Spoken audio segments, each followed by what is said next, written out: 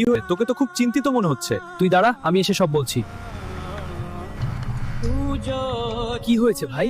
চল তাড়াতাড়ি বস, একটা ছেলেকে মারতে যেতে হবে। কেন? কি করেছে সে? ও আমার প্রেমিকার সাথে কথা বলেছে। শুধু এই কারণে তুই তাকে মারতে যাবি? সে কথা বলেছে বলে? হ্যাঁ, অন্য কেউ আমার প্রেমিকার সাথে কথা বলবে কেন? আমি ওকে ছাড়বো না।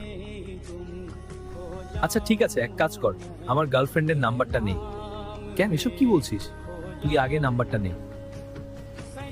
016 এই অচেনা নাম্বার থেকে কে মেসেজ দিল? এখনই ব্লক করে দিলাম। কি হলো? ও তোকে ব্লক করে দিল তো? দেখ ভাই, তালি এক হাতে বাজে না, দুই হাতেই বাজাতে হয়। যখন কোনো ছেলে তোর গার্লফ্রেন্ডকে মেসেজ দিয়েছিল, তোর গার্লফ্রেন্ডও নিশ্চয়ই তার উত্তর দিয়েছিল। যখন নিজের মুদ্রায় খোট দোষযুক্ত থাকে, তখন অন্যের ওপর দোষ চাপিয়ে কোনো লাভ নেই। আগে নিজের দিকটা ঠিক কর।